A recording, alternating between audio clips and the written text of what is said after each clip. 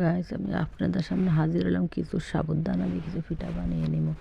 তাই আমি কিছু সাবুদানা নিয়েছি, নিয়ে আমি কিছুক্ষণ ভিজিয়ে রেখে আমি সিদ্ধ করে নিয়েছি। এখন কলার বরফগুলো কেটে আমি একে একে সাবুদানাগুলো বানিয়ে নিলাম। এদিকে কিছু চাউলের গুঁড়া ভাপ দিয়ে নিলাম, কিছু খোয়া সাগর পিঠা এটার বলে।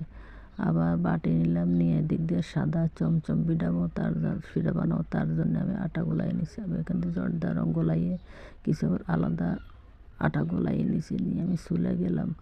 কলার ডাগলা দিয়ে আমি তেল মালিশ করে দিলাম, দিয়ে হাতে ঘুরে ঘুরে আমি পিঠাটা দিলাম, ডেকে দিলাম। ভিডিও ভালো লাইক কমেন্ট শেয়ার করে দিন। আপনারা নতুন হবে তাহলে চ্যানেলটা সাবস্ক্রাইব করে দিন। আপনারা আমার ভিডিওটা দেখার জন্য অসংখ্য ধন্যবাদ। প্লিজ পুরো ভিডিওটা দেখবেন, কমেন্টে জানাবেন।